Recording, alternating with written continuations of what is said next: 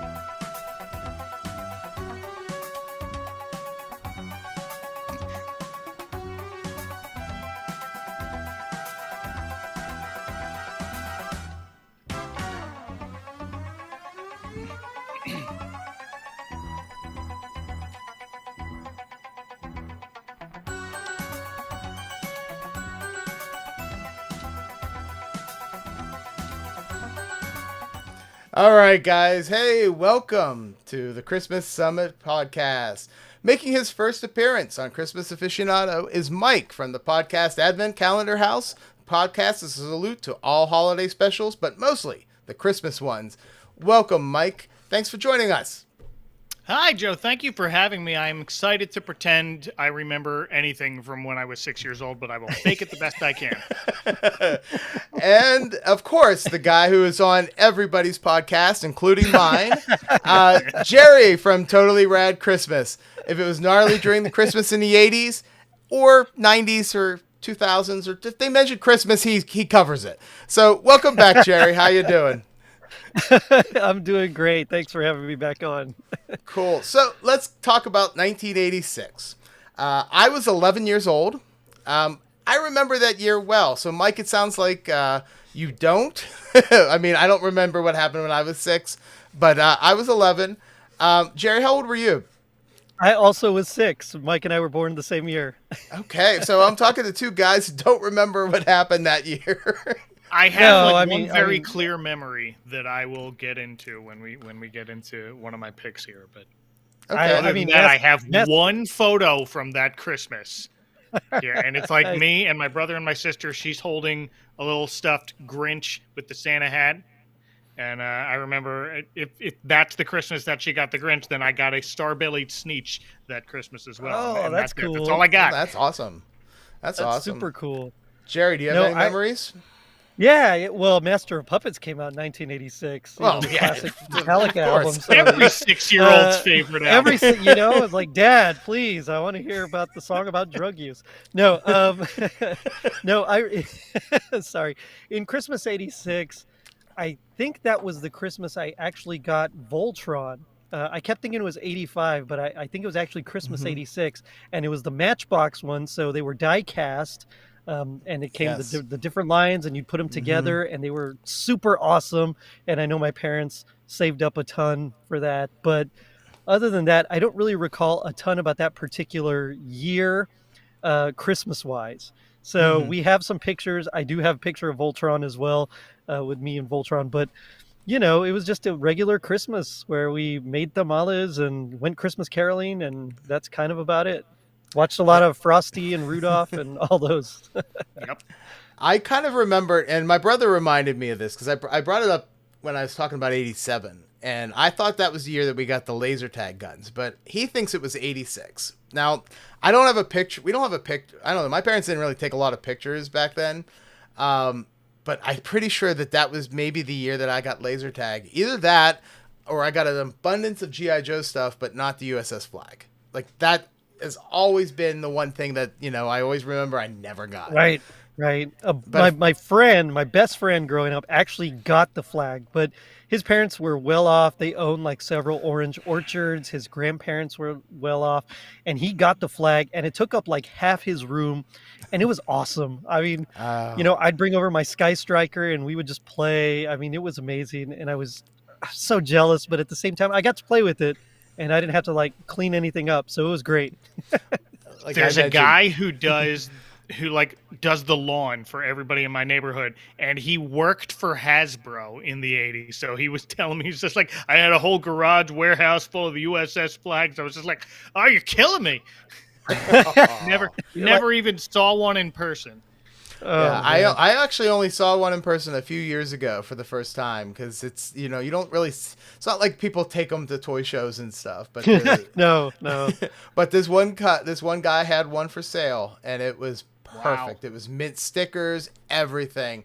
Wow. He wanted like almost $2,000 for it, and I was like, God, I could spend $2,000 and then I may have to move out with my USS Flag because I don't think my wife would be very happy about that. That's right. That's right. I wouldn't So- have anywhere to put it.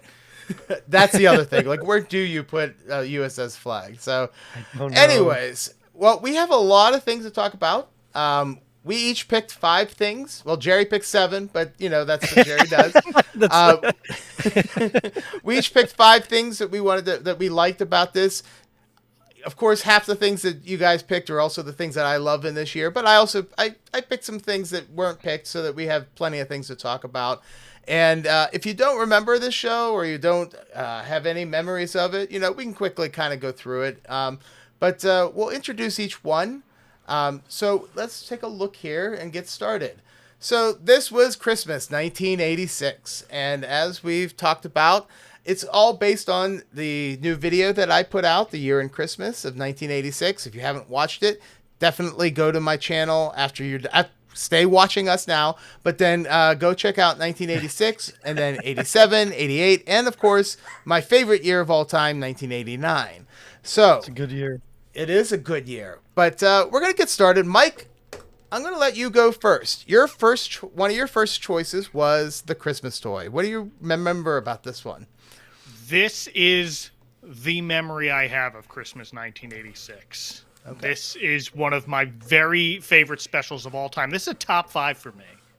Wow. It's from Wow. it's from Jim Henson. Anyone who knows me knows I love the Muppets. Yep. Love Jim Henson. This was event television in my house in 1986. I remember making a point to watch this the night it aired, and I've watched it every year since. I have a copy of a copy of a copy of it. It's terrible quality, but it's got the original commercial breaks that are all sponsored by Kraft Food. So it's Kraft holiday recipes. Celebrate the season with Kraft. This was actually, sorry to interrupt. This was actually my number 1 as well, but I knew you were going to pick it. So I was like, it's fine if it gets left off the list. No big deal. I don't remember watching it that year, but I know I must have because I remember talking about it later on with my friends and just thinking, remember that show that aired and of course, nowadays everybody makes a comparison to Toy Story, but you know what? The Christmas toy was first, and it's better. Yeah. I'll be honest with you guys. I don't think I saw this until maybe about 10 years ago. Oh wow! Yeah. Oh yeah. But let's think And about there's it. a lot of edits too. It's not like this was like the big Muppet thing, Like I was a huge Muppet fan, a huge Jim Henson fan. I don't recall or remember ever seeing this on TV. I might have, but I don't think it really became part of my memories of what Jim Henson did until probably about 10 years ago. I was actually shocked when I rewatched it recently just for this video, and I had forgotten that they used the same music for the Muppet Family Christmas. Like those songs at the end are the exact same songs here. And in fact, I think they're the same tracks. I don't think they even re-recorded them for Muppet Family Christmas because it sounds like exactly like the the ending from that one. But I can tell you they did, but okay. it is mostly the same cast because Jim Henson liked to keep the same pals around. So Which is they do sound very familiar, but you can tell like Kermit and Piggy have a line in that. They're more and prominent. Miss Piggy isn't even Yeah. one, and that Ralph has a line in it. He wasn't in this. Mm-hmm. Yeah, but I think that was the one. Yeah, I think that was the one thing that caught me off guard because I was always like Muppet Family Christmas was always my favorite. Muppet thing. That is my number. But, one. I mean, it's another great one. Yeah, you can't go wrong with that. But yeah, I think I really don't recall this one all that much. But I did enjoy rewatching it just recently for this video. But yeah, Christmas toy, good choice. See, I remember them showing this a lot, and then all of a sudden they just kind of stopped. And I remember being so bummed that year that I couldn't find the Christmas toy on TV.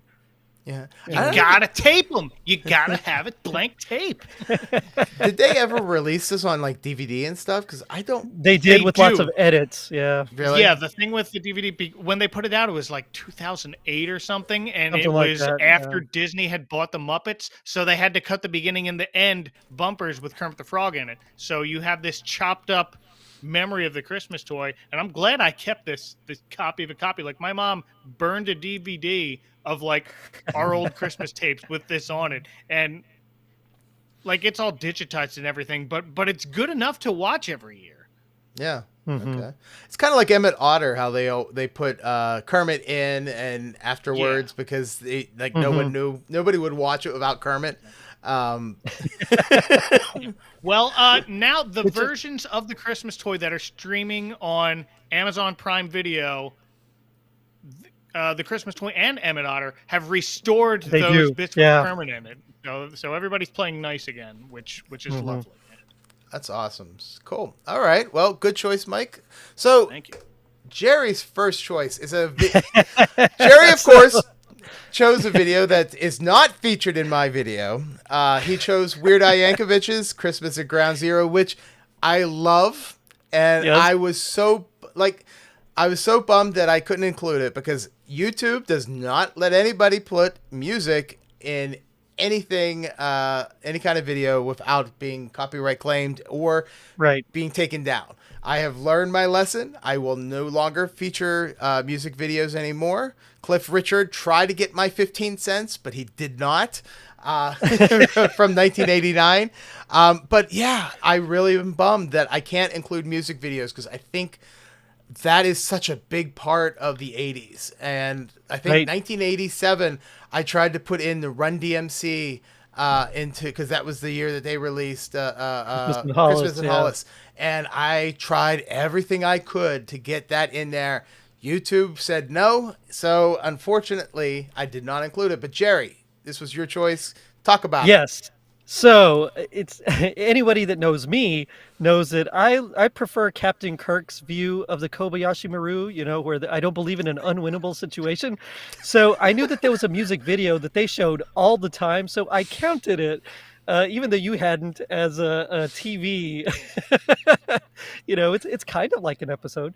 I remember hearing the song. Basically, he wrote this song because his handlers, his producers, are like, no, you have to, the recording studio is like, you have to put out a Christmas song. So he decided, well, what better at Christmas time than this Cold War era nuclear holocaust kind of Christmas. And all the footage is like it's like Ronald Reagan, it's like duck and cover, it's all sorts of just horrific, and it's all in black and white until the end when it's like him singing and with, as you can see, these masked carolers, carolers with the gas masks and everything, and they're it's a great song, it's funny, and I remember they showed it quite a lot, especially in 86, but even throughout the rest of the 80s. We watched MTV all the time, so for me this was like a big 1986 landmark, just Weird Al's Christmas at Ground Zero. Yeah, it's a great video. Mike, do you have memories of this one? Yeah, love this. I didn't see the original video until recently, but the video memory I have of it, or just reading about it, was that I read that someone made a video of this. You remember the Super Nintendo game Mario Paint, where you could make your own little animations? Somebody hooked up a VCR and their SNES and made a whole entire video for Christmas in Ground Zero out of Mario Paint. And I read about that and was just like, I was mesmerized that you could even do that. That's amazing. Yeah. This is not my favorite Christmas song by Weird Al. My favorite Christmas song by Weird Al came out, I think, 10 years later. It's called The Night Santa Went Crazy. Santa Went Crazy, yeah. And it was a B-side to Amish Paradise. Yes, I remember that. Yeah, that I haven't heard that in a long time, but This is great. This is one of my favorite Weird Al songs. Yeah, and it's on my. So I have like a 40-hour long, just 80s Christmas music playlist, and this is definitely up there. Oh yeah, of course you do. Of course you do. I'm still missing a few albums. I just can't afford them at the moment, so I'm waiting. I just had to replace my AC, so yeah, I'm waiting. I'm gonna go get a whole bunch and hopefully get it up to 50 hours. We'll see. Yeah, I like when the playlist tells you how long it is. It starts going like 1 day, 7 hours, just like yeah. That's You're never going to listen to the whole thing. Yeah. Well, let's move on to my first choice. My first choice was an episode of The Love Boat called The Christmas Cruise.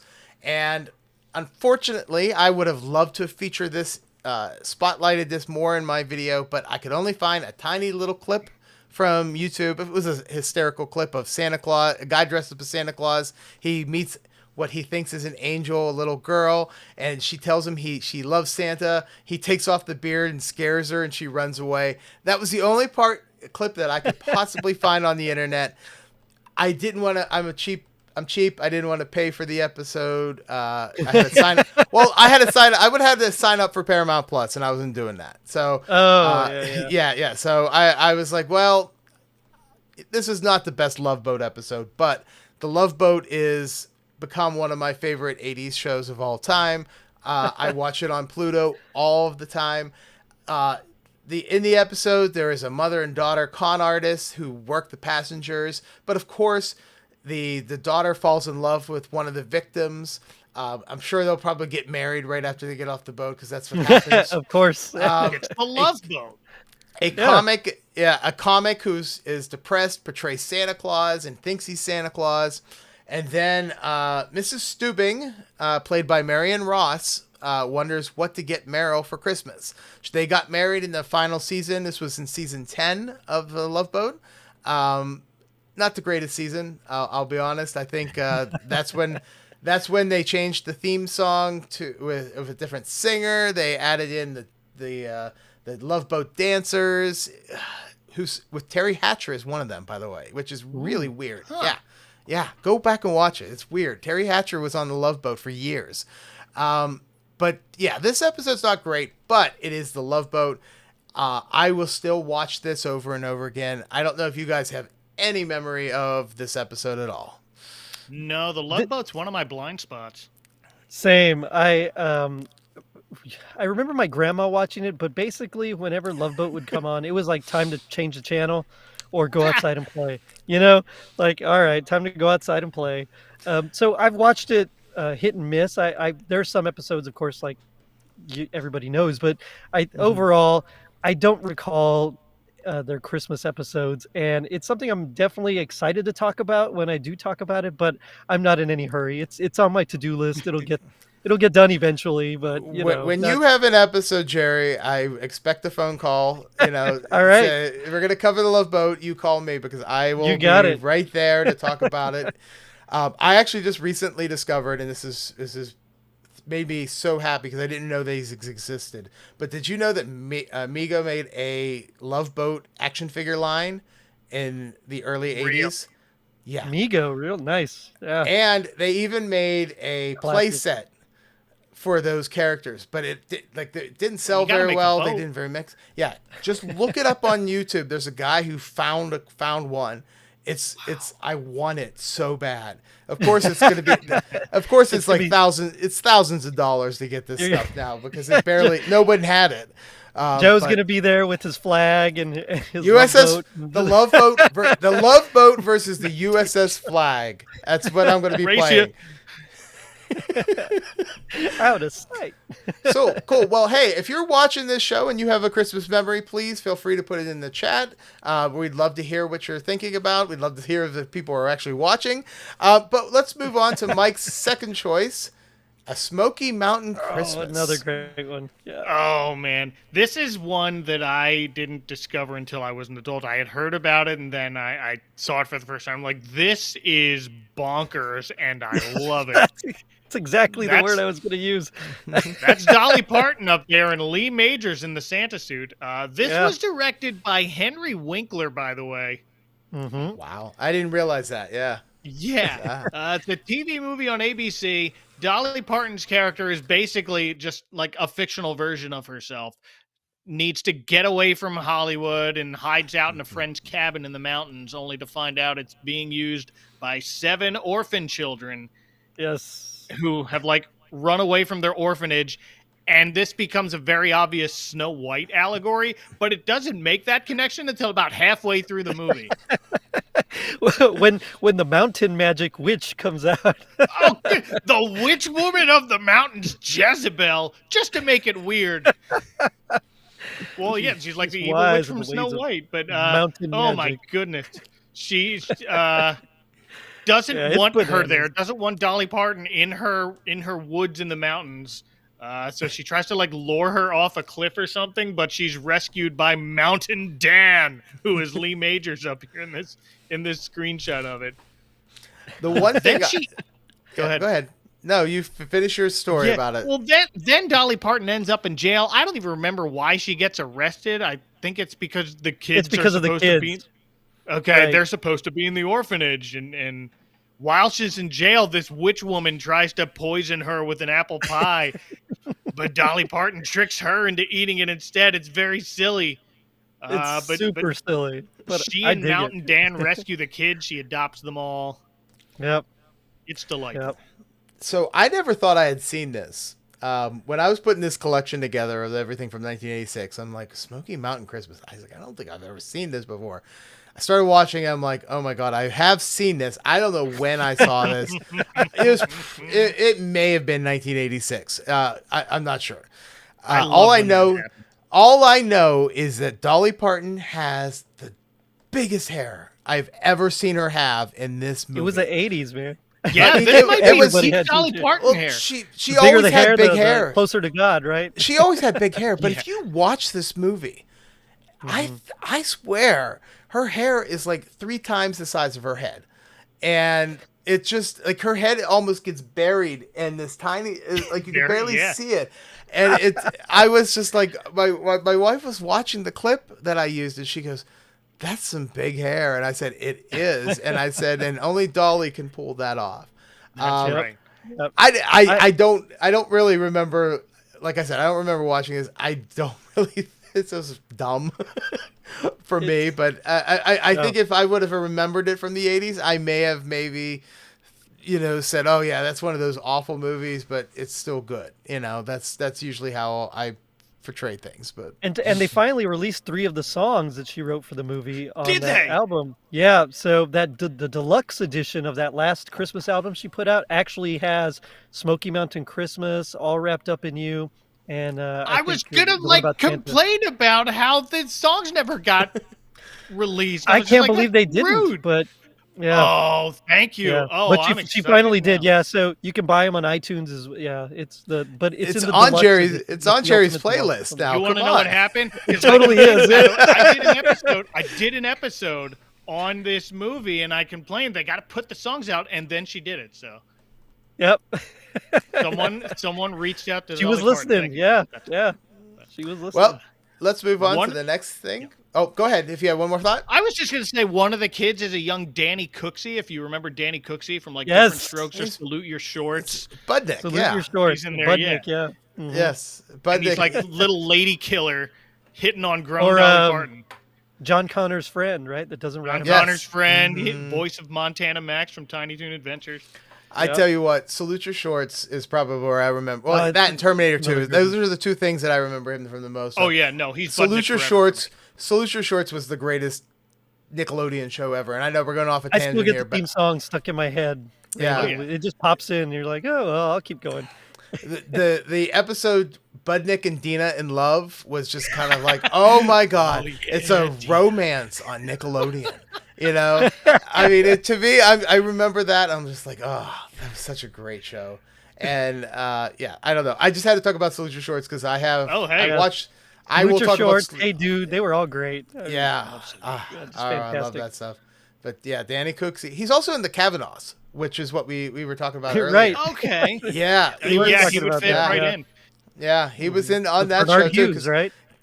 When I was watching, because I have the intro on my video. I'm going to promote it like crazy because that's what we're talking about. On my video, I do show the introduction because I could not find that episode, but it did say Danny Cooksey. I'm like, oh, okay, Budnick. He did quite a bit. You know, he was on Different Strokes. He was an active guy. He was, yeah. So, and then just kind of stopped. Well, yeah, you know, that's what happens with these teen right? stars. Probably They just get got burnt older. out. Yeah. So, well, let's move on to the next one, and this is Gerry. The Growing Pains, the kid.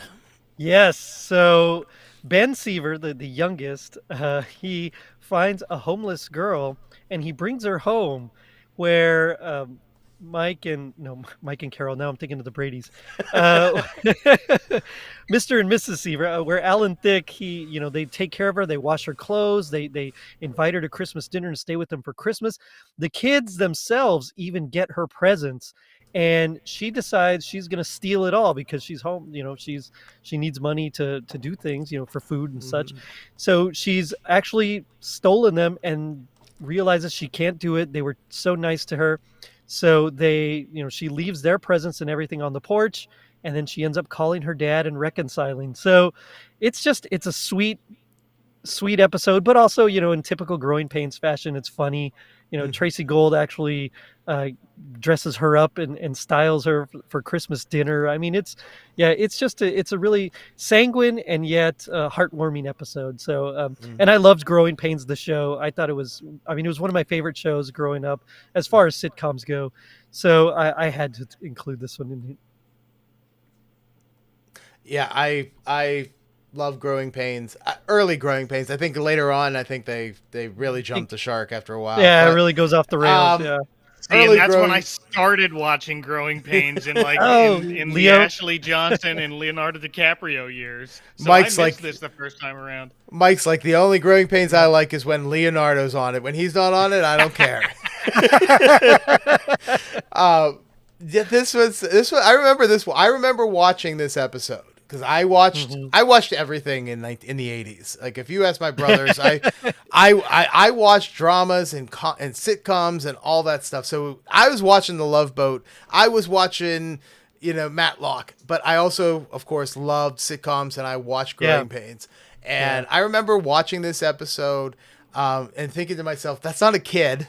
It's called the kid. She's not really. Yeah. She's not really a kid. She looks older than Mike. I don't know if she was, but she probably was. I also found it funny that Ben was like hanging out in the dumpster because that's what kids do, I guess. And discovers that she's there. This was a great episode. It was funny. It was heartwarming.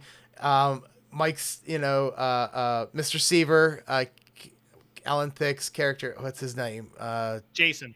Jason, of course, gives her, his episode advice that he gives to everybody each week, but of course he's a psychiatrist, so of course he has to help her, and she starts stealing the toys and then regrets it and leaves them on the porch, and then calls her dad, and it's a really touching episode the way it ends, and I agree. So yeah. Mike, I know it doesn't star Leo, but do you have any memories of this one? No, I watched it for the first time after watching your video of it, but it's charming. I liked it. Okay. Yeah. Cool. Yeah. Growing Pains. But to be fair, I just got to say, it was hard to tell who really was a kid in the 80s. Everybody looked like they were 40 years old. So, agreed. Stylistically. So I looked, I was curious. I looked up this actress. She was on Star Trek, Next Generation. She was Really? yes, she was Lol, Data's daughter android in the Oh, mix. yeah, that he Huh. creates. Yeah. Yeah, Nice. she played Lol, and I was like, because I knew, like, when I saw her, Good for her. like when they clean her up Yeah, in the right. episode, I was like, oh, she looks familiar, and then I looked her up and I said, oh, Lol, okay, that makes sense, you know, but yeah, so that was Growing Pains. Any other thoughts? No. Cool. My next one. I love Christmas horror. And 1986 only had one thing, but it was spectacular. Uh, Tales from the Dark Side, Seasons of Belief. The two children don't believe in Santa. The parents, one of them looks like their grandfather, but is supposed to be his father, which I don't get. Tells them a story about the Grither, and if you say his name, he will come and take you away. The kids get all freaked out. They keep hearing noises, and then the parents are like, "Oh, it's nothing." And then these two hands come flying through the windows and kill the parents. And the episode ends with the little girl standing in between the windows screaming, and the parents are dead. Merry Christmas. I love this episode. I don't think I saw this in the 80s. I saw a lot of inappropriate things in the 80s, but I did not see this. I think we all did, yeah. But this was something that I actually got messaged by 2 or 3 people who said to me, they said, you better, they watched 87, and they said, you better include Tales of the Dark Side. I was like, of course I'm going to include that. It's like the only horror thing from that year. But Christmas horror is one of my favorite genres of horror to watch. This is one of my favorite. It's the arms look horrible and cheesy, but it's perfect 80s. It's perfect for the 80s. Yeah. Did you guys ever watch this? I never saw this one. This is another one that's on my to-do list. So I did see a lot of inappropriate things, but they were always like action-based. So RoboCop, Commando, Predator, things like that, compared to like horror, which my parents really weren't into. So because they really weren't into it, we didn't really watch it. So this is, again, kind of a blind spot for me. I've been slowly going back and watching like Silent Night, Deadly Night, Christmas Evil, Elves, which is... Speaking of bonkers, that's like next level bananas. So things like that. But this is one that now I'm like super interested to cover, and maybe we got to cover it this year. I might have to do it this year, just for like October. I don't know. You might have to come on my show because those arms look amazing. I'm there because you have to. If you look at the thing that drives me nuts when I've seen this episode a number of times. Like I said, the father looks like he's like 60 to 70 years old. The wife looks like she's 20 to 30 maybe years old, and it's such a weird juxtaposition of these two and these kids. They're awful actors in this thing. It's just the best. But the idea of the Grither, which is Grither, vision, yeah. Grither, it's a great story. Everything about it is really great. It's just 80 done. It was made in the 80s, so it's just got that.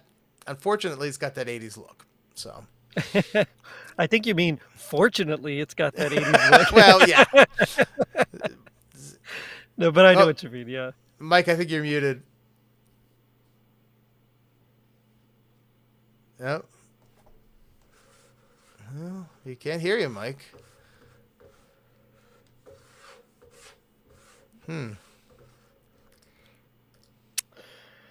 Yeah.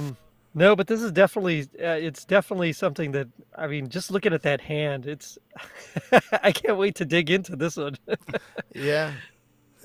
I'm not quite sure, Mike, what happened. I can't. I don't know. I didn't do anything. There you go. There you are. Well, that was weird. Yeah. I don't know what happened, but yeah, no, I am looking forward to watching this for the first time. This looks spectacular. Okay. Right, exactly the same. All right. So, Mike, your next one, number Another 3, crazy one. Babes in Toyland.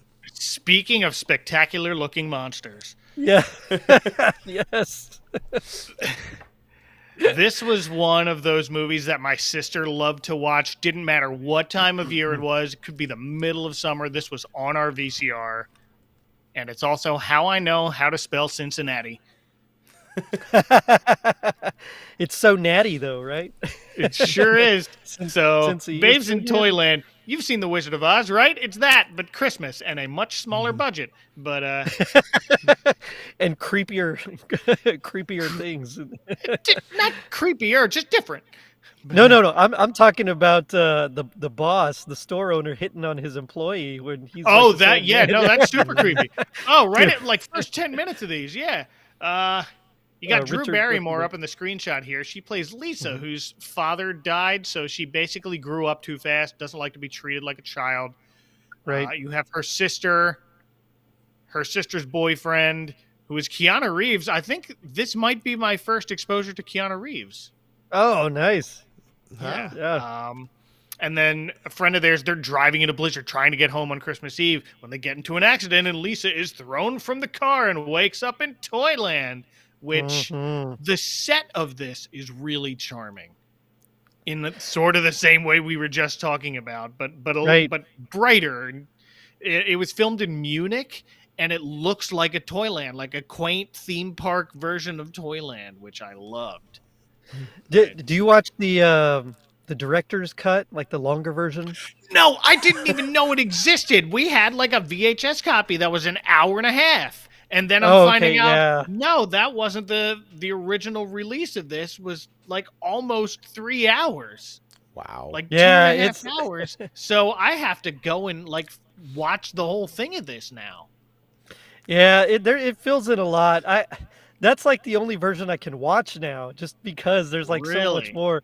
Yeah, this is another, and this is one that it's never been my favorite, but also like I can't stop whenever it's on. I have to watch it.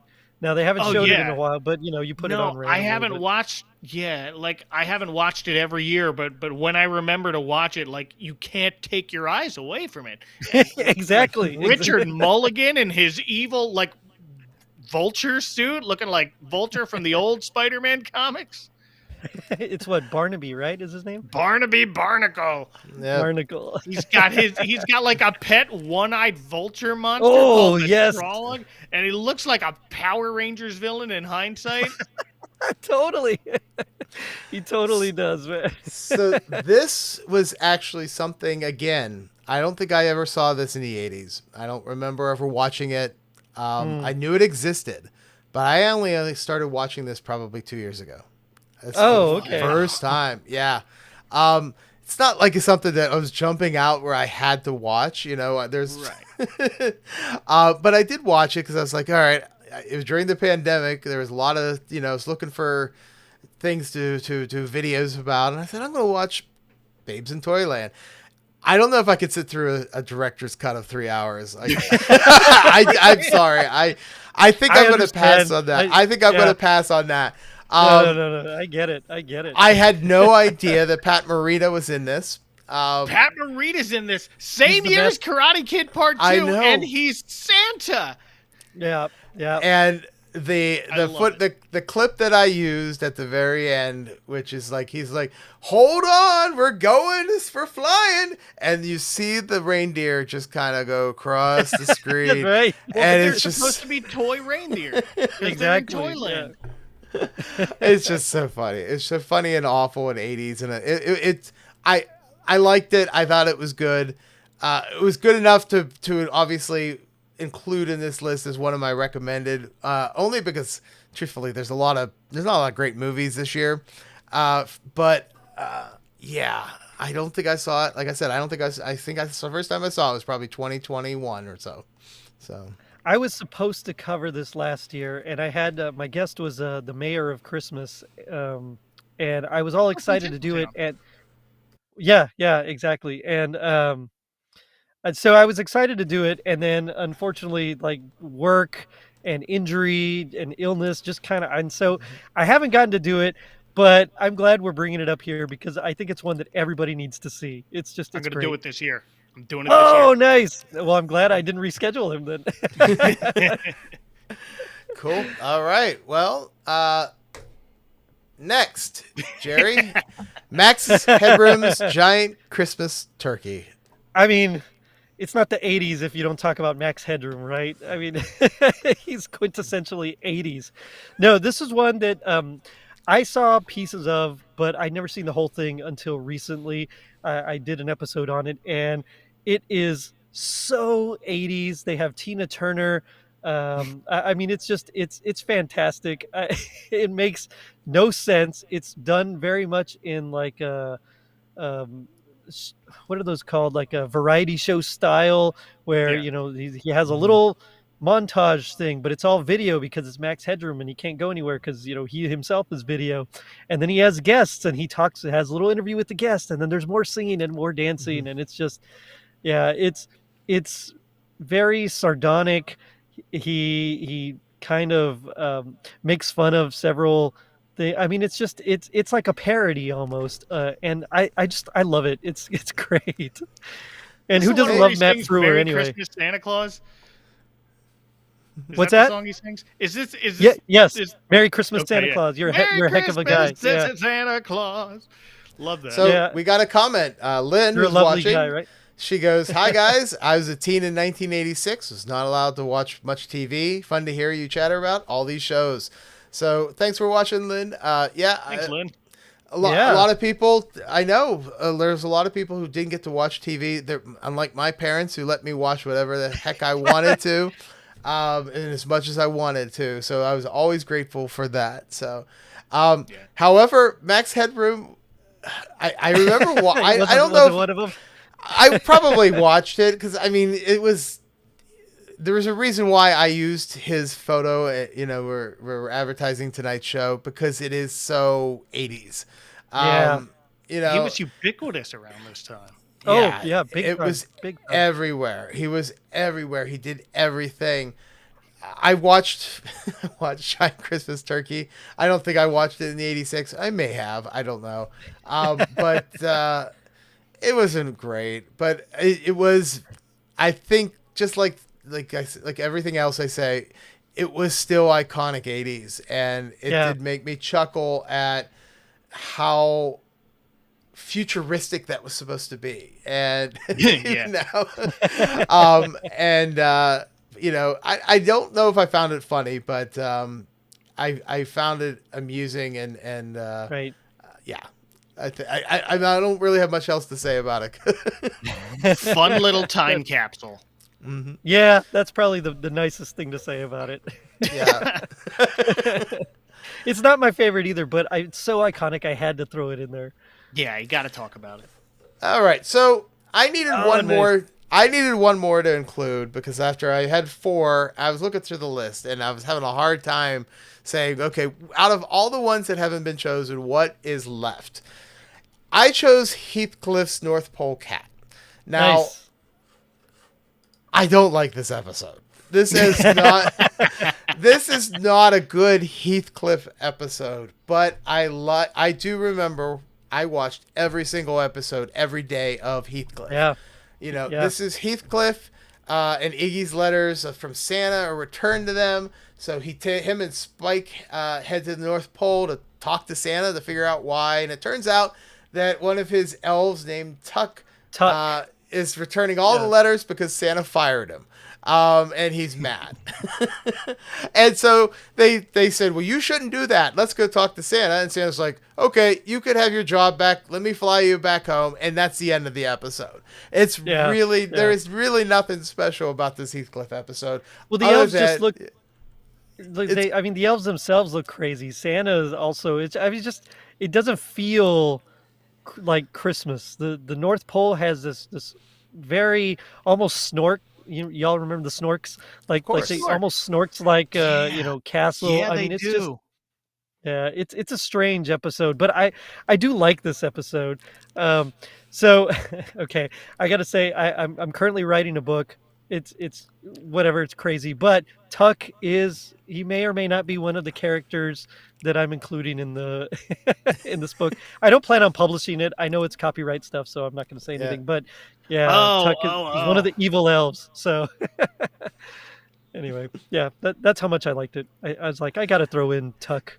It gave me you even because you reached out to me when you were doing a Heathcliff episode. You said you want to talk about Heathcliff, and I'm like, I don't think I've seen Heathcliff since 1986. You know, Yep. so and I was like, I don't think I could talk about it. But after rewatching this, I actually went back and watched a few more episodes.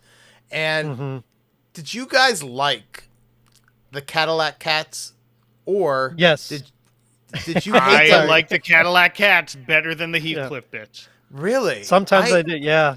I hated Cadillac Cats because Really? I loved Heathcliff so much back then. I remember turning off, like, because sometimes they would sometimes they would show Heathcliff first, and sometimes they would show Cadillac Cats first. Right. Like it was mixed. I would be so mad when they would show Cadillac Cats first because I hated that. I hated. Now, the episode that's in my video is fine of Cadillac Cats. It's like Christmas memories, and they just remember like different Christmases and stuff. But yeah, I don't know why. As a kid, I hated this show. I probably like it now, but I think it was because I loved Heathcliff so much at the time that I get Cadillac that. Cats would always, be like, I don't want to watch Cadillac Cats. That's not Heathcliff. That was Yeah. their way of like not making more Heathcliff episodes, and they can, try to mix them up, and because it was weird when I was looking through the dates, because some of the dates, sometimes shows were shown elsewhere first because they would just mix and match an episode of Heathcliff and a Cadillac Cats, and you would never know when, what was showing and what had shown and all that kind of stuff. So, but it was interesting. So. Anything else on Heathcliff? No, Mike, well, do you have any except memories? the theme song's a banger, right? I mean, Yeah, that's true. Oh yeah. But the Cadillac Cats had a Christmas episode too, but that was in a different episode of Heathcliff, which is Yeah. yes. Mm-hmm. You would Should've think kept they them would put together. them. You would think they would put them both together, but No, well, I mean, it's like the whole Super Mario, right? I mean, Yeah, Super Mario Brothers Mario Super Super Show did Show. the same Right. thing. hmm I don't know. I guess they just produced them at different times, or I guess so. yeah. Shuffle but- them around. yeah. So before we move on to the next one, let's talk about commercials. Okay. There was a couple commercials that I threw into this video. The Long John Silver's grandma commercial is something that I always remembered. And you can get a fried shrimp meal from Long John Silver's for $3.99 back in 1986. It would probably be like $15 now. Probably. I included a Polaroid commercial. I remember that commercial a lot, where they try to take a picture of Santa. The chicken nugget commercials were huge. They were for amazing. McDonald's. And this Yes. is one where a guy's trying to bring presents, and he's trying to eat his chicken nuggets while they're on top of all the presents. And then the Coke Wish commercial, where little kids wish for everything. It's kind of sweet. And then I found an episode, a commercial. I don't think it went completely wide because I don't remember the drug store, but it starred B. Arthur, who took Santa. He took Santa around and showed him that if you bought $10, you bought a amount of stuff from this drugstore for an extra $10, you can get real pearl necklace and earrings. And my wife was, we were watching. I'm like, I don't think those were probably really good pearls. Do you? And she goes, no. I have seen the pearl necklaces that they used to sell in the drugstores, because I was just like, ooh, this would be a good Mother's Day present when I'm That's like right. 6 or 7 years old. Yeah.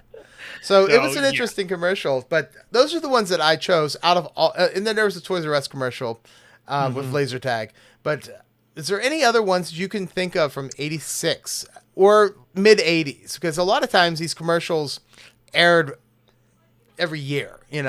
Well, I mean, I won't say what Mike's going to say. I think I know what Mike's going to say. You know what I'm going to say, but go ahead. Yeah, I know exactly. Yeah. But so it kind of depends on which source you look into, whether or not the M&M's holiday chocolates came out in '86 or '87. So the commercial that's associated with that. Now I remember it from '87, but some sources say '86. The commercial where the girl's sitting on Santa's lap, and she pours the M&M's holidays chocolates onto. Chocolate. That's exactly. So that's one that always sticks out to me for sure. Because when those came out, Red had been discontinued for like 10 years at that point, and they finally brought Red back because the stigma of that dye was gone. So which M&M didn't even use that dye, but they didn't want people thinking that they did, so they discontinued it. It had the tan color. Remember, it was like tan and dark brown M&Ms for like the Yeah. longest time. Mhm. Yeah. And so Red came back, and so we were super excited. So that was 86 from what my notes got, because I almost used that one. But you're right. It's hard to pick some of the commercials because people will mislabel them. There is not a real good database for like commercials from the For 80s. commercials, right? So Yeah. you have to I'm sure there's probably been a commercial I've used and it's not from that year, but it probably showed that year. So, but I remember the M&M one. But Mike, what is your commercial? Because I'm curious. The big one that I remember that I associate with the year 1986 when I'm thinking about Christmas commercials from that year, and it could be mislabeled, but it's the Fruity Pebbles one where they're singing Santa. "Yummy Fruity Pebbles in our bowls." Oh, it's so good. And Barney's I'm hungry. hungry. Love that. That's like one of my favorite commercials of all time. Like Same. It's so good. I'm hungry in my head Say that. constantly to the I point say where it all the Fruity time. Pebbles is a holiday food in my brain. So I'm so glad you brought that up because Christmas by association, right? I was going to use that. I had that commercial in my first edit, and I put it up on YouTube, and they copyright claimed that commercial from that song. No. Yes. Oh wow. They said it was recognized by some. There is a number of like third party music claims that go out there, and it must be in some database somewhere, and they claimed it. And it's a crappy version of the commercial, like because they don't have real good versions of these commercials, and it's staticky and stuff, and it still picked up the damn song. And so I was going to use it. I actually use a clip of it at the very end of the video where I'm just sort of wrapping up. Yeah, I threw it in there, but without music.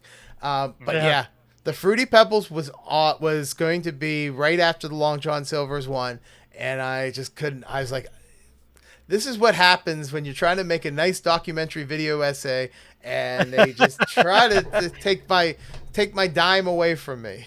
So, Yeah.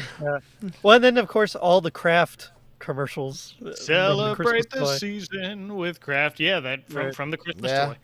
Yeah. Yep. There's cool. All right. Well, let's keep going because we've almost an hour already, and we're only on number 4. Number 4, Mike, Alf. Alf, love Alf. If you're like me, when you think of Alf and Christmas, you're probably thinking of the 2-part special from 1987. That's a little more bittersweet. Depressing one. Yeah, well, I mean, it ends happily. Yeah. But the year before that was Alf's first Christmas with the Tanner. So in an attempt to get into the holiday spirit of things, he's hidden the eggs. Whoops, he forgot. Christmas is the one where they carve the pumpkin.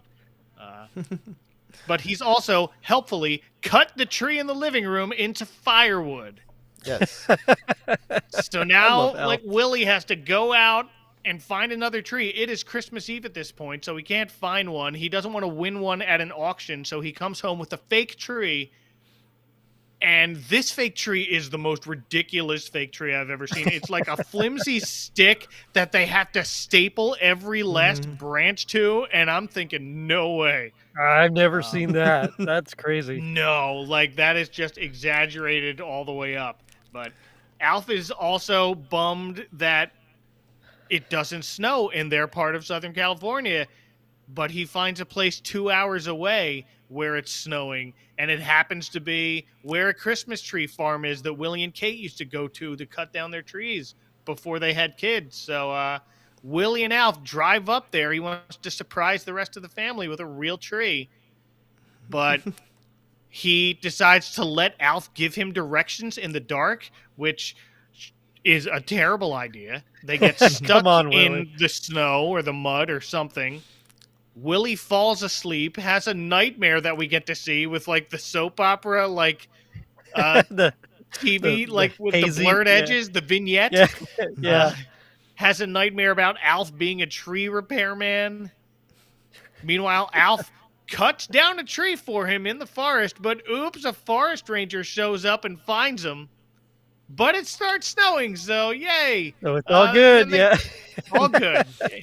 Everything's fine. They just got Yep. an even more expensive tree than before. Mm-hmm. But they get home. Alf surprises everyone with presents that he bought with Willie's credit card. And he gets a Viewmaster for Christmas. And it's the reel with Sylvester and great. Tweety, and he's flipping through and he cheers, yeah, die, cat, die. Alf is so good. Yeah, I loved Such a great Alf, show. but I have to, Yeah, I have to question: did the Alf, the 1987, really end on a happy note? Because the girl's still gonna die. You know, we did that was the one thing with, because I covered that last my last video was 1987, and That's what's bothering you. yeah. I mean, yeah, it was that rough. part's somber, but like he delivered a baby. He talked that guy Well, off the Yeah, he bridge. totally Sheriff like Bart from It's a Blazing Wonderful Life. Saddles. The guy, yeah. Yeah. I don't know. Oh, but anyways, let's go back to this one. I love this one. I do. I've covered this a couple of times on my channel, talking about Alf, because it's pretty much it's a good sitcom Christmas episode, especially with Yeah, Alf, you know. I will say, when I was rewatching this again, I went down the YouTube rabbit hole of people doing bass covers of the Alf theme song, because I'm a bass player, and I'm like, Oh, oh okay. my gosh, I have now started learning how to play the Alf theme song on bass, and so I'm going to be I haven't got very far with it yet, but yeah, that's where it took me. I was like, oh my god, the Alf bass line is so great. And so, See, and this is the version you want to learn if you're a bass player. I prefer the other version that comes later with the saxophone. That's my Alf theme. yeah. But Yeah. if you're a bass player, this is the version that you want to first one, learn. yeah. You're absolutely Yeah. right. yeah. Gerry, you have any other thoughts? I mean, yeah, Alf was great, especially as a kid. You love the puppet. I think as episodes go, it's funny. It's a great episode, but also it just, the other one is so memorable and iconic that it almost pales in comparison to it, and you really can't compare them because they're very different. But also, it's the same show, so I think when someone says Alf and Christmas, I mean, I think immediately a very Alf's Special Christmas, but. Yeah. But yeah, I mean, who doesn't love Alf? He's great. No problem. So. All right, number 4 for Gerry. Yeah, the Golden Girls. Thank you for being a friend. But I mean, it's just it's so the girls, they're all gonna go visit their family for Christmas, but Rose, who's volunteering at like this I don't know, mental health place, she one of her patients or someone, I guess, comes in, and it's Bernie Lomax, Terry Kaiser himself, and he comes in and he's dressed as Santa, and he kind of holds them all hostage, so they can't go home for Christmas. Eventually they realize that Sophia, because she's good Sicilian, good Sicilian, she knows that it's not a real piece, and she just pulls the gun right out of his hand. It's just a toy gun. They all race to the airport, but all their flights have been canceled, and they end having Christmas. They spend Christmas in a diner where inexplicably the chef lets them just take over the diner for an hour so he can go be with his family. It's a good. They realize this is like when they realize that they're a family and that they can spend Christmas together, and that they're still spending Christmas with family. So I like this episode. I think it's better than their other Christmas episode, but to me, it's more like a commentary on found family and how we have our family, we love being with them, but sometimes your friends are even more family than you realize. So and of course, Sophia is just savage, and I love her takedowns. So it's great. So this is probably, I almost put this. I always put one of my favorite things last in my videos, and I almost had this as my last thing. Yeah. but then what I chose was just crazy, and I just had to go with that way. But anyways, we'll get to that one soon. This episode is phenomenal, and it's probably one of the funniest episodes only because of the gift exchange in the very beginning, where we get to see where Blanche makes the men of Blanche's boudoir for all of their guests, and the reaction of them when they see September. And and Dorothy goes, "Whoa!" And she goes, "September." She goes, "Yep." And then Sophia goes, "How did you even walk in October?" In October. And it's just like, I watched The Golden Girls in '86. That probably went way over my head. Way over our head. Absolutely did. Yeah, for sure. But now watching this, as a 40-some-year-old man, it is by far the funniest, because I've also read I have a book about the Golden Girls, and I read that the crew actually took photos. They weren't naked.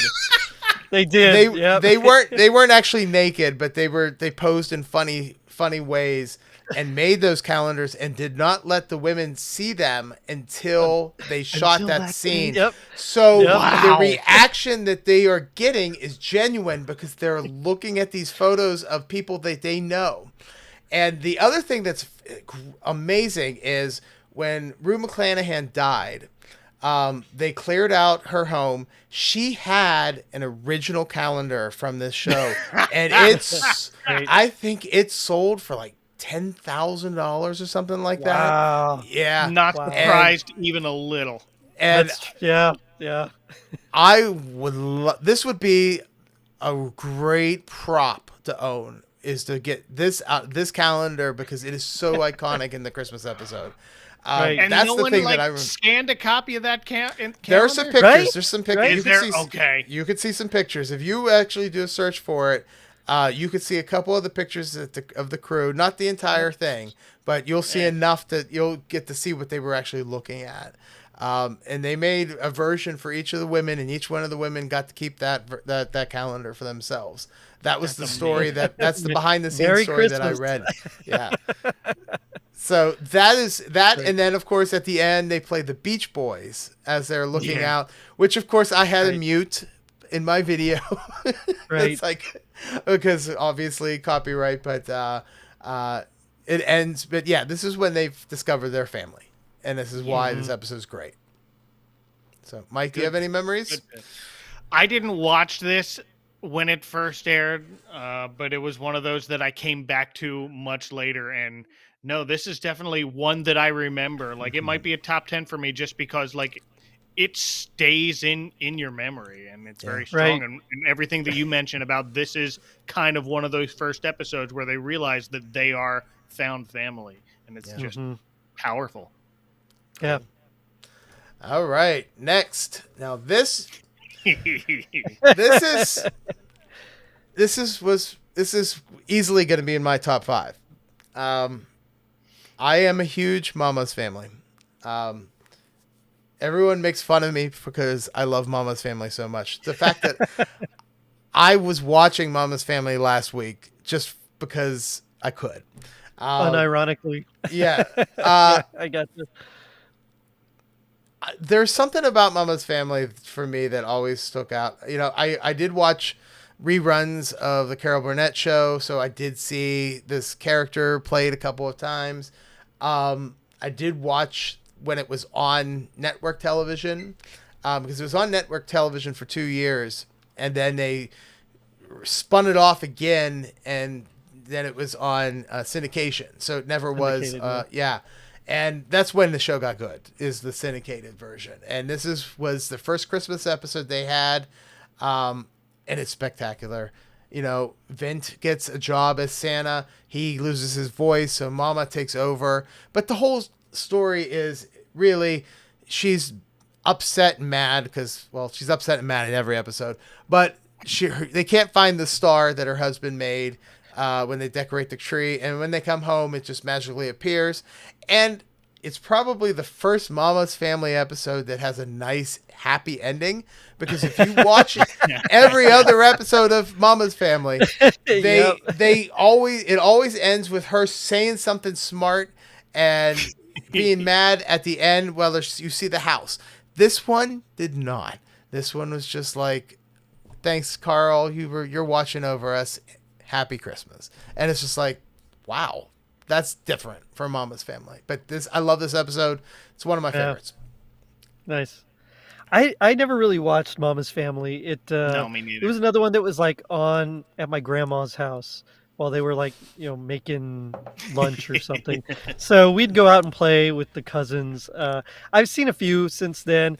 I've caught this one, and I agree, it is a good episode. But who doesn't want to see Mama dressed as Santa? I mean, that's just it's good stuff. But I don't really have like strong nostalgia for this. I'd say.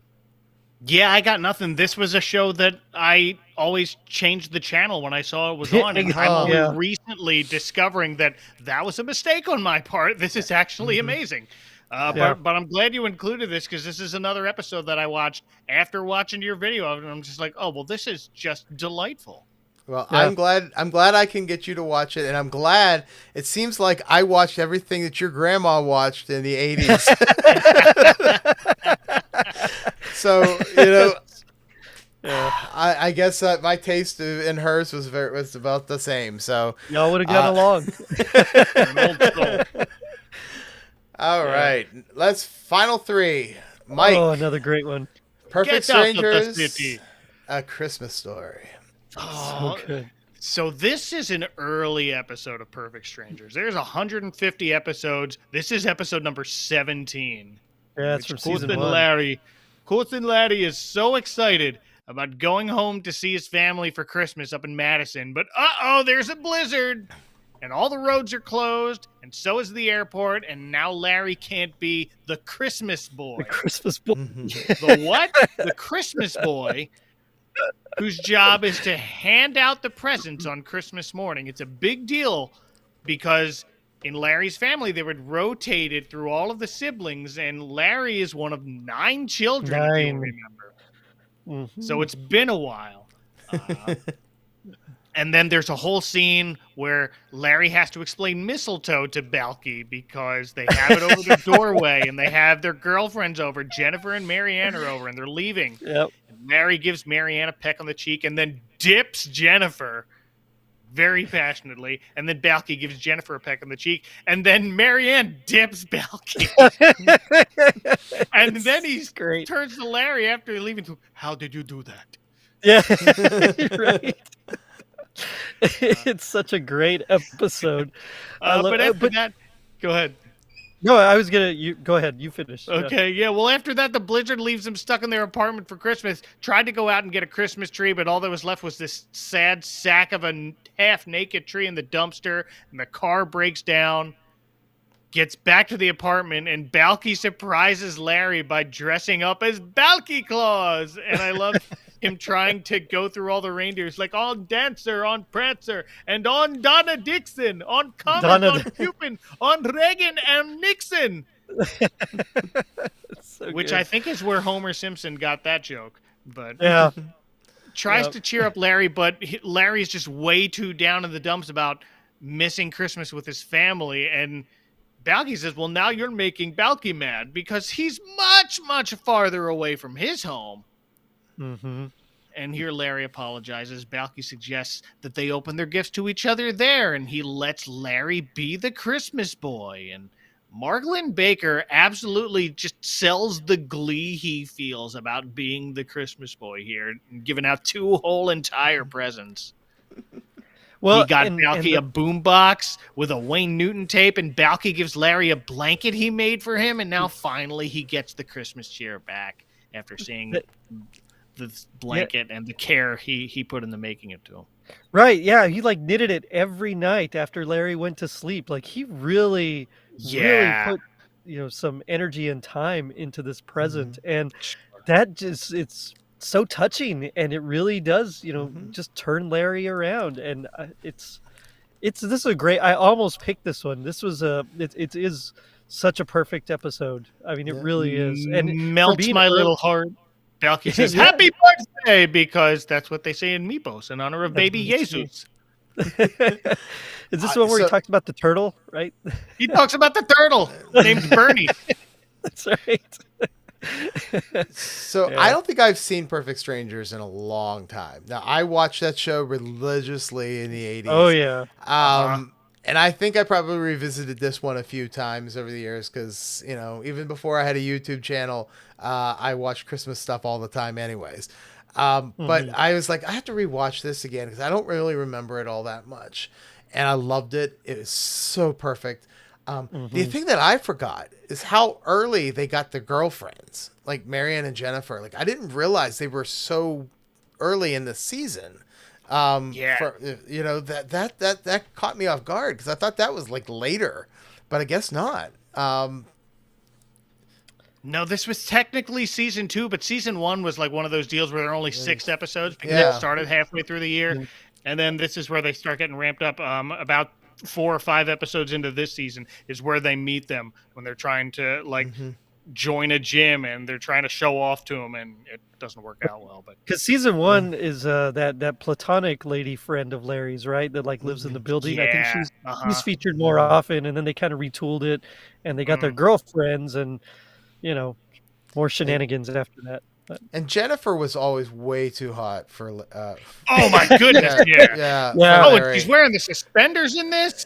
Yeah, like I don't know how like Larry got her, but man, I was always just like amazed. I was like, wow, like even as a kid, like you know, I was 11, so girls were starting to become a thing. He pulls. I guess you know, but I remember I even when I was watching this again, I'm like, why is she with Larry? You know, I don't know. She feels a connection to his soul.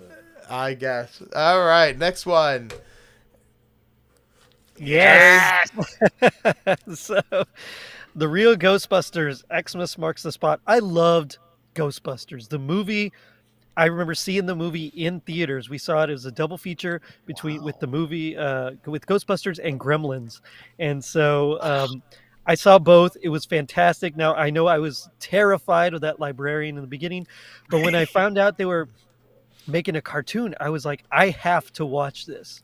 So of course, when I first saw it, I was a little mad that the characters didn't really look like their characters from, you know, Venkman didn't really look like Bill Murray. And I mean, Egon has blonde hair. What's that about?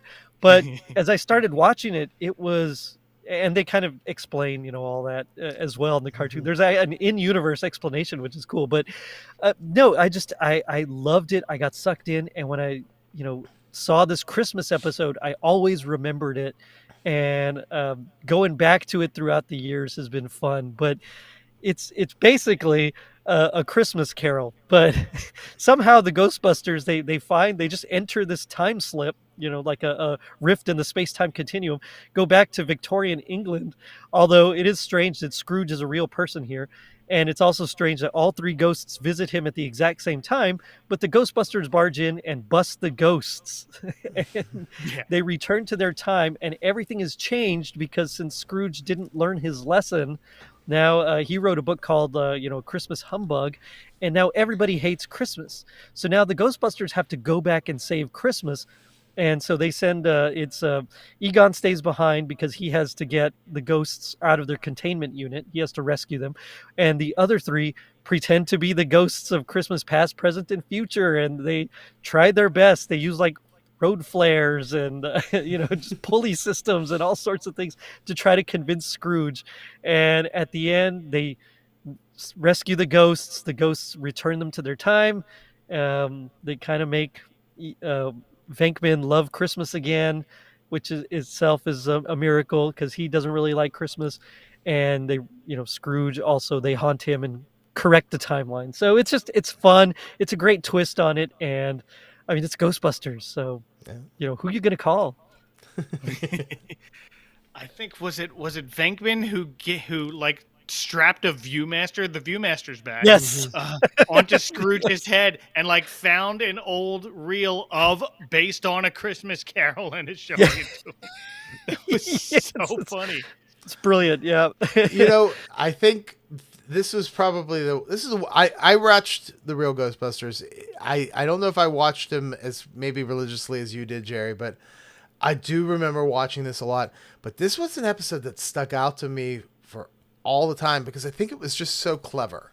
Yeah. Like a lot of them were really goofy, and I don't know if I really responded all that well to back then. I was 11. I was maybe starting to get a little older than the demographic for this show. Yeah, but right. I do remember that this episode, and like I said, I told you guys before this started, I almost forgot to include it, which really would have been bad on me. I mean, I'm the Christmas aficionado. I'm supposed to know that this is it. Luckily I caught it before the video went out live.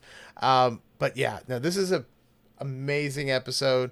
It's just cleverly written that they captured the three ghosts. I mean, they could have made a kids a show where it's just a bunch of funny, stupid jokes. But this was actually, someone thought about this. They said, how can we make a Christmas episode?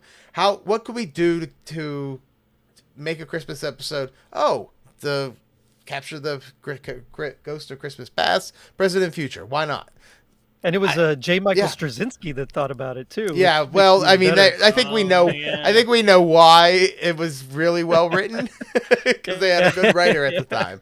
So, yeah, there's a lot going on in this episode. Mm-hmm. Yeah. So great episode, great cartoon episode, which leads us to the final one. It's the final one that I cover in my video, only because it's the most absurd episode of a cartoon sitcom I've ever seen. Rambo. Yes. It's another one I almost chose. When Savage stole Santa. And this one starts off with an orphan running away from his orphanage because he doesn't believe in Santa and Christmas anymore. And he gets lost in the woods, but he sure does remember how to do an SOS signal. And it just so happens that Rambo is hanging on the side of a helicopter with with a shirt in the middle of a blizzard with no sleeves. And he says, I think there's a kid down there. And they go down and they rescue him. And to take him somewhere, they take him to a guy called Chris. Now, this guy is not told that he is Santa. They hint that he is Santa, but he's also a guy that used to manufacture weapons for a country. He makes missiles and all sorts of things to destroy other countries. So is that Santa? I don't know. But Savage believes it is somebody they need to kidnap. So they kidnap Santa or Chris, whatever we want to call it, but he's dressed like Santa. So we're just going to call him Santa. And then Rambo gets mad and has to go get him. And what's great about this, because I had to rewatch, I watched a couple other episodes just to make sure I was right, because I haven't seen this in years. Yeah. When Rambo is ready to fight and he failed for the first few times, he gets mad. He takes his shirt off. Takes his shirt off. Yeah. He reties his boot. And then he puts on the headband, and then that Rambo means business. And he's now going to take care of it. And he takes a what is it that he takes like some sort of disc. Maybe it was from a truck. I'm not sure. And then he like glides on it, and he goes down the side of a mountain. You're right. I think it's a hubcap. Hubcap. I think it is a hubcap. Yeah. And then he stops Savage. He takes Chris out, and then he dresses up like Santa. And him and Santa go and take the orphan back to the orphanage, but the orphan is in the bag for some reason. And how long are you gonna bring an orphan back? I know. And he opens it up, and they're like, procedure. "Oh, you brought him back." The kid has no name. I watched this episode 3 times. I looked at the IMDb credits. He's just called the kid. And so I never noticed that. They don't even reference him as a name. He never says his name. He never introduces himself. Nothing. Wow. And Rambo returns the kid, and that's the end of the episode. So he saves Santa. And I guess it is Santa because that Savage stole him. But why is Santa making missiles and bombs? Why did he ever do that? I don't know. Somebody asked for it for Christmas, and they were very There you good go. that year. Yes. And then they were very bad. Yes. They got So- cold the next year. What are your thoughts on Rambo?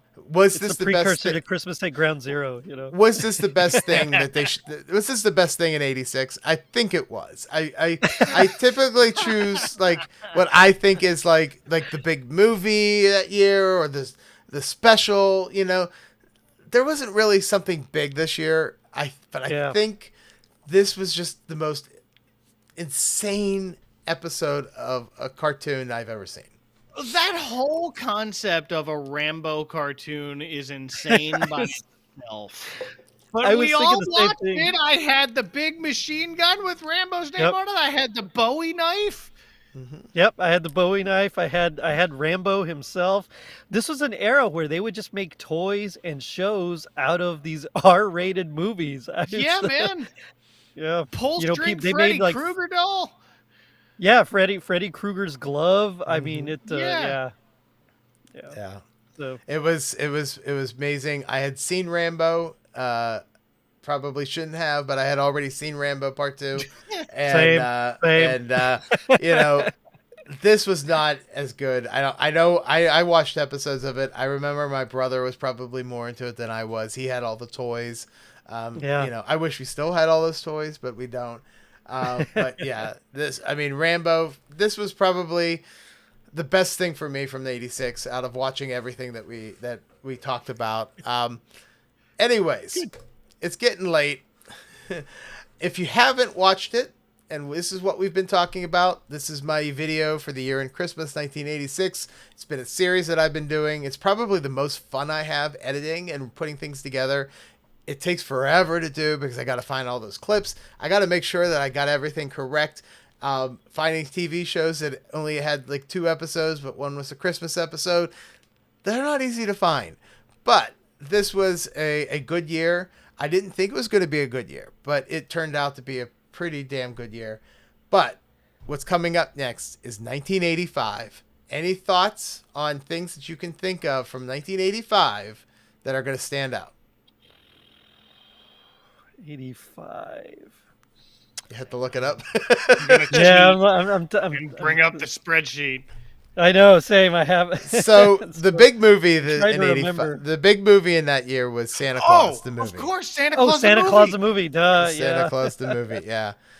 There was a number of sitcom episodes. I've already started categorizing it so that I can Punky Brewster cartoon. the Punky Christmas Brewster in July. cartoon. Yeah, there's a lot of cartoons in '85. Yeah, And you're right. Cobra Claws. He-Man- Cobra Claws are coming to Cobra town. Claus. The The GI Joe, He-Man and She-Ra Christmas special. The is a He-Man and big She-Ra. one. Yep. which yep. Jerry and I did a video for last year, was Yeah. trying to figure out what are the good parts to He-Man and the She-Ra Christmas special. Spoiler alert! It's the whole thing. Maybe for Jerry.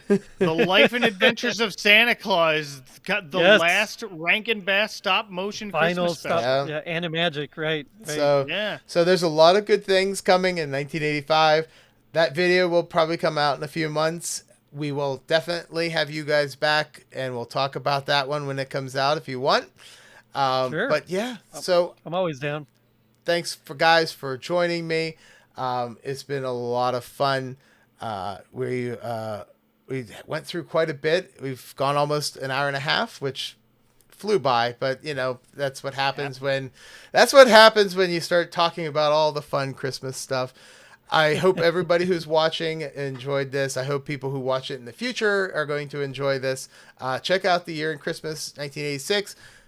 Mike, where can people find you? Well, you can find my podcast, The Advent Calendar House, conveniently at adventcalendar.house, and you can take it from there. Cool. And Jerry? Same. You can look for me at adventcalendar.house. No, sorry. I mean, you could. I mean, well, you could, yeah. But so I'm at totallyradchristmas.com. Awesome. Or linktree.com/totallyradchristmas. Same thing. And everything else, Totally Rad Christmas. You search for it, you'll find Jerry. And like I said, and I think he's right. If you go to Advent Calendar House, you'll probably have Jerry on there, 10 times at least? I don't know if it's About that many, that. but a few times. Yeah. Getting up there. Yeah, anyways, guys, stay on here for a minute after the outro's over. But everybody else watching here on the video, thank you for watching. Remember, I'm the Christmas aficionado, and remember, stay off the naughty list.